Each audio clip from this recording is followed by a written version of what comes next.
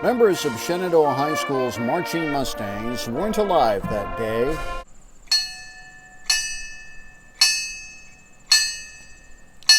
And Shenandoah's fire cadets were too young to remember. But for those old enough to remember, the memories of September 11th, 2001 remain fresh. Monday marked the 22nd anniversary of the attacks on September 11th, 2001 at the World Trade Center in New York, the Pentagon in Washington, D.C., and the crash of a hijacked jetliner in Pennsylvania. Events that changed this country and this world forever. And as they have for so many years now, Shenandoah residents took time out during the noon hour to gather at Bogart Park to remember those who perished in the 9/11 attacks. Shenandoah Elks Lodge exalted ruler Curtis Osborne invoked some of the memories of that tragic day.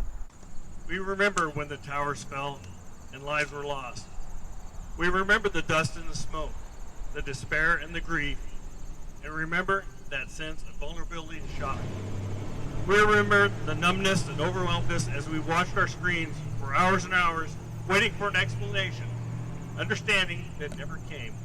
Shenandoah Mayor Roger McQueen recalled how ordinary Americans performed extraordinary acts of heroism on 9/11. Before their national heroes, the men and women were honored, that we honor, were already heroes to so many. They were the mothers who tucked their kids into bed at night. They were the fathers who drove the neighborhood carpools to school. They were the daughters who made their parents proud and the sons who lifted up their friends.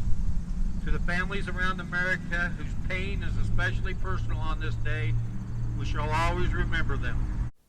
McQueen says heroes live among us today. We have police officers that go to calls that have no idea anymore who's armed or whatever. We have fire department that go into homes that are burning, and that takes a lot of guts, but it's compassion.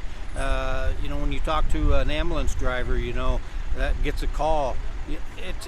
They don't go because they have to. They go because of what they feel for their fellow human beings. Shenandoah American Legion Commander Joe Jordan says the 9/11 ceremonies must be held each year for future generations. It's the day we should never forget. All the people we lost there in the Pentagon, at the Twin Towers, and then at Shanksville, Pennsylvania, all three.